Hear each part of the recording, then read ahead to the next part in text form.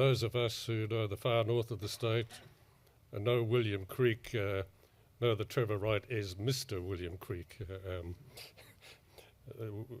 Wrightsair, I should say, winner of multiple tourist awards, a great proponent of outback tourism.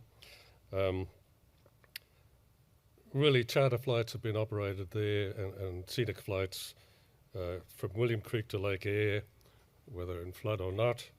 Famous Anna Creek, Painted Hills, and of course far beyond. And if you haven't read a copy of Neville's and Steve's booklet on walking the Painted Hills, I strongly recommend you do, particularly because our next speaker is, I'm going to say the word Sprigg again. Need I say more?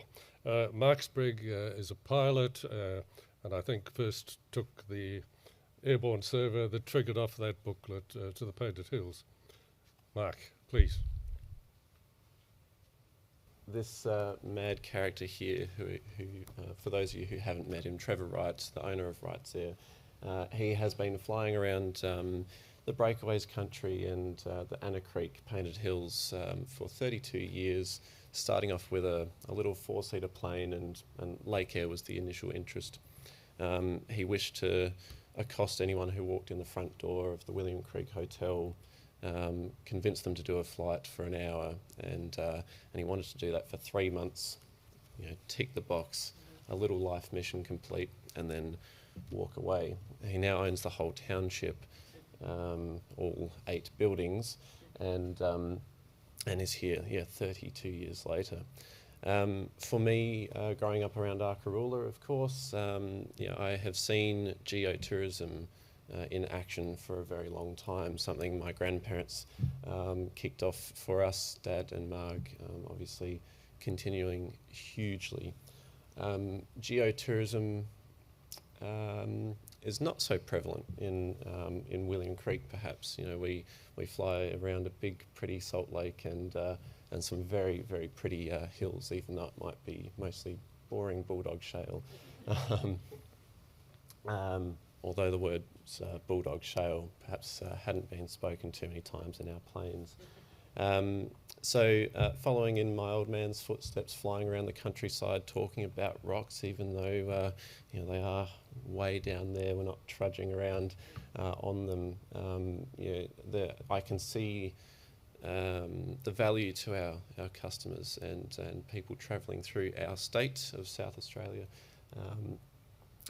in learning about the world around them just a little bit. And this is very lowbrow. My book is much smaller here than the two sitting here, but I did wish to bring this to everyone's attention, just as you have done. This is a little sidestep to Bulletin 57. This has been made by Neville and Steve following a trip we did in my little Cessna out to these Anna Creek Painted Hills, and it happened to tie in with studies for Bulletin 57, which is great. And I wanted to thank you both massively for your own time. This is private home time that has created this little book as a value add to our customers, but also education for our pilots and our guides as well. So this is where geotourism is now finally building in our lovely little patch near William Creek. It hasn't been possible before this. Whether it's me walking around the hills, and of course I have an ingrained interest in this and that sort of thing, and it's easy for me to be passionate about walking around those hills with passengers. Think of our staff. These are young pilots, their first flying job, trying to build hours and then get on into the airlines. Do they care about what bulldog shale is or anything like that, or glacial erratics? No, they didn't.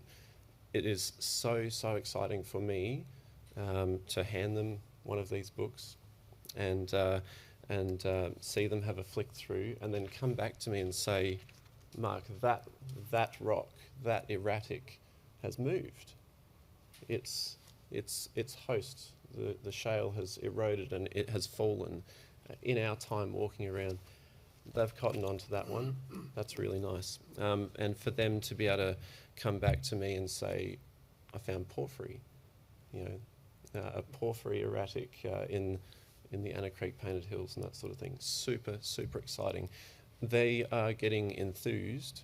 There are a wider audience, and lower brow than all of you here today, I think, certainly me, where there are more and more and more people getting enthused about geology thanks to this sort of work. Again, this is a sidestep to the Bulletin 57. So, yeah.